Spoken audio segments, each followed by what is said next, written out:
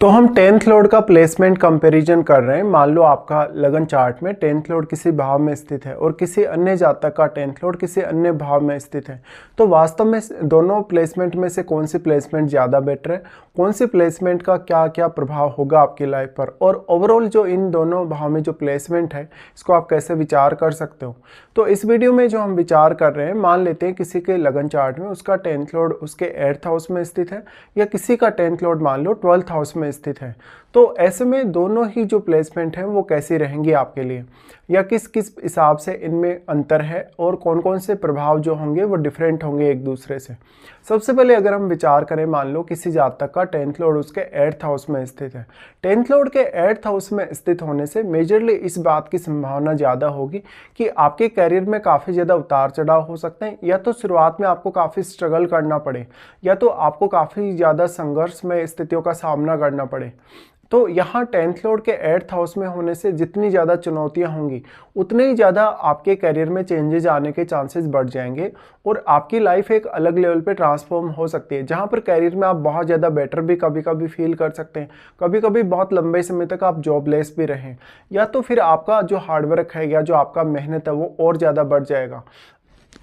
10th Lord के 8th house में आने से मेजरली आपकी मैरिज का भी काफ़ी बड़ा इम्पैक्ट हो सकता है आपके करियर पे, क्योंकि 8th हाउस डायरेक्टली या इनडायरेक्टली आपकी मैरिज से जुड़ा है, आपके रिलेशनशिप से जुड़ा है। तो मैरिज होने के बाद अब आपका इन लॉज के साथ कैसा रिलेशन है, या आपको इन लॉज से कितना ज़्यादा सपोर्ट मिलता है, पार्टनर से आपको कितना सपोर्ट मिलता है, इसका भी करियर के लिए बड़ा रोल होगा। बट हम अगर ये माने कि 10th लॉर्ड किसी का यहाँ पर 8th हाउस में स्थित है, तो जातक के कार्यों में बहुत ज़्यादा गोपनीयता हो सकती है, जातक के कार्यों में जासूसी से रिलेटेड कार्य शामिल हो सकते हैं, रिसर्च से रिलेटेड कार्य शामिल हो सकते हैं, और इनसे आपको काफ़ी ज़्यादा पैसा भी मिलेगा, यानी अर्निंग भी आपकी उतनी ज़्यादा बढ़ने के चांसेस हैं। क्योंकि 10th लॉर्ड आपके यहाँ पर आ गया 8th हाउस में, तो वो आपके 2nd हाउस को भी यहाँ से प्रभावित करेगा, चाहे वो कोई भी प्लैनेट हो। अब 10th लॉर्ड अगर एक शुभ ग्रह हो तो आपको अलग तरीके से विचार करना होगा, अगर आपका 10th लॉर्ड एक क्रूर ग्रह हो, एक आक्रामक ग्रह हो, तो आपको अलग तरीके से देखना होगा, क्योंकि मैरिज पर जो आपका इम्पैक्ट पड़ेगा दोनों ही प्रकार के ग्रहों का अलग अलग होगा। ऐसे में कभी कभी ऐसा हो सकता है कि कैरियर पर आपका कुछ नेगेटिव इम्पैक्ट आए मैरिज होने के बाद, या तो फिर कभी कभी ऐसा भी हो सकता है 10th लॉर्ड अगर शुभ ग्रह है, ऐसे केस में आपको उस ग्रह विशेष के कारकत्व के लिए ज़्यादा मेहनत करनी पड़े या ज़्यादा स्ट्रगल करना पड़े। बट आपका जीवन साथी के आने के बाद या उनकी फैमिली से अगर आपके बेटर रिश्ते हों तो उसके बाद आपका कैरियर ज़्यादा बेटर हो सकता है। ऐसे में जीवन साथी भी आपकी काफ़ी ज़्यादा हेल्प कर सकता है कैरियर में आगे बढ़ने में। लेकिन यहाँ कैरियर में जो ट्रांसफॉर्मेशन है, सडन अप्स एंड डाउन्स हैं, उनकी वजह से आपके कैरियर में कभी बहुत ज़्यादा ग्रोथ भी आएगी तो कभी कभी बहुत ज़्यादा चैलेंजेस भी आएंगे। 10th लॉर्ड के 8th हाउस में आने से कैरियर ज़्यादातर केसेस में स्टेबल नहीं देखा जाता, या फिर स्टेबल अगर देखा भी जाता है तो मन में कहीं ना कहीं शंका रहती है, भय रहता है, और कभी कभी आपको मेहनत बहुत ज़्यादा चाहिए, क्योंकि रिसर्च जैसा काम आप कर रहे हैं तो बहुत लंबे लंबे समय तक आपको एक जैसी स्थिति में रहना पड़ेगा, जहाँ पर आपको एक समान रूटीन रखना पड़ेगा, बहुत लंबे समय तक आपको कोई भी स्टडी वगैरह करना पड़ेगा। हालांकि इस प्रकार की स्थिति हो तो क्योंकि आप अपना जो डीप इंसाइट है उसका इस्तेमाल अपने कैरियर के लिए काफ़ी अच्छे से कर सकते हो, तो कैरियर में कुछ नई संभावनाएं खोजने या कैरियर में बहुत गहराई तक आगे बढ़ने में आपको इससे मदद मिलती है।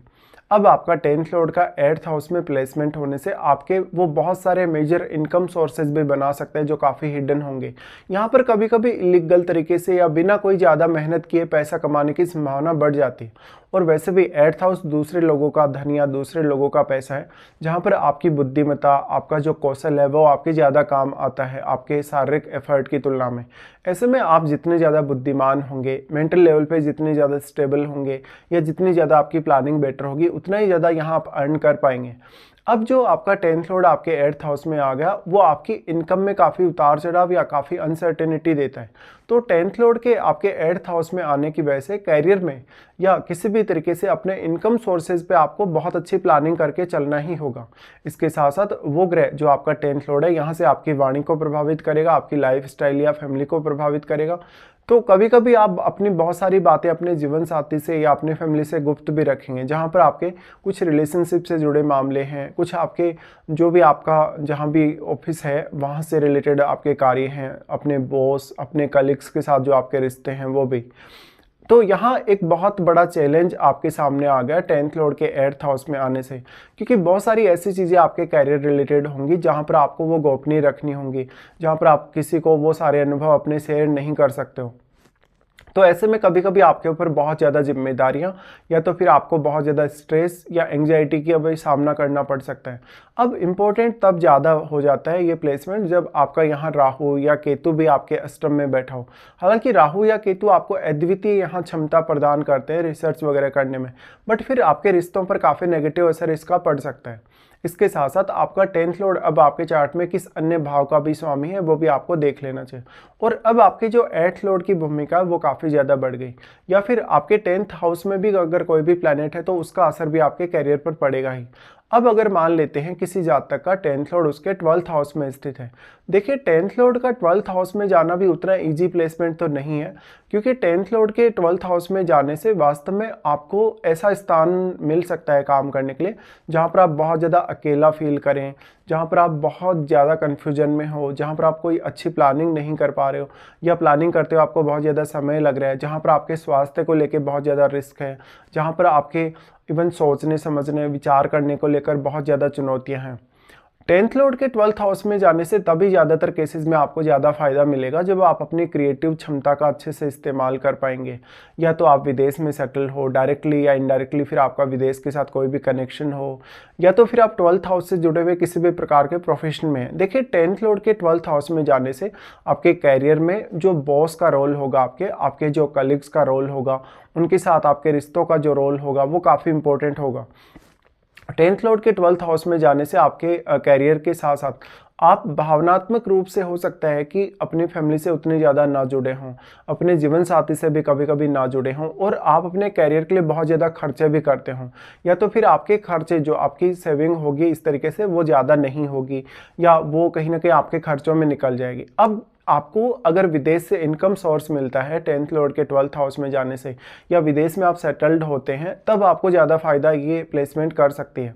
हालांकि इसमें आपको ये भी देखना होगा कि आपका जो 10th लॉर्ड है वो किस अन्य भाव का भी स्वामी है, उसका संबंध भी आपको अपने 12th हाउस के साथ जोड़कर देखना चाहिए। अब यहाँ सबसे ज़्यादा इंपॉर्टेंस बढ़ जाएगा आपके 12th लॉर्ड का, कि आपका 12th लॉर्ड आपके चार्ट में कितना वेल प्लेस्ड है। अगर आपका 12th लॉर्ड मान लो एक बहुत ही अच्छा प्लैनेट है, एक शुभ ग्रह है, तो ज़्यादातर केसेस में रिजल्ट काफ़ी अच्छे हो सकते हैं। बट आपका जो 10th लॉर्ड आपके 12th हाउस में गया है, वास्तव में वो यहाँ शनि से अगर प्रभावित है, या शनि के साथ बैठा हो, राहु या केतु से प्रभावित हो, या राहु या केतु के साथ बैठा हो, तो आपके फॉरेन जाने के चांसेस या फॉरेन में इवन सेटल होने के चांसेस तो बहुत ज़्यादा स्ट्रॉन्ग होंगे। बट आपके लिए ये काफ़ी ज़्यादा चुनौतीपूर्ण होगा कि कभी कभी आपको बहुत ज़्यादा अकेलापन फील होगा अपना काम करते हुए। ऐसे में आप अपने जो पारिवारिक रिश्ते हैं, अपने दोस्त वगैरह हैं, अपना नेटवर्क वगैरह है, उससे कभी कभी बहुत ज़्यादा कटा हुआ भी महसूस करेंगे। तो यहाँ पर स्वास्थ्य को लेकर सबसे बड़ा चैलेंज अब आपके सामने आ सकता है।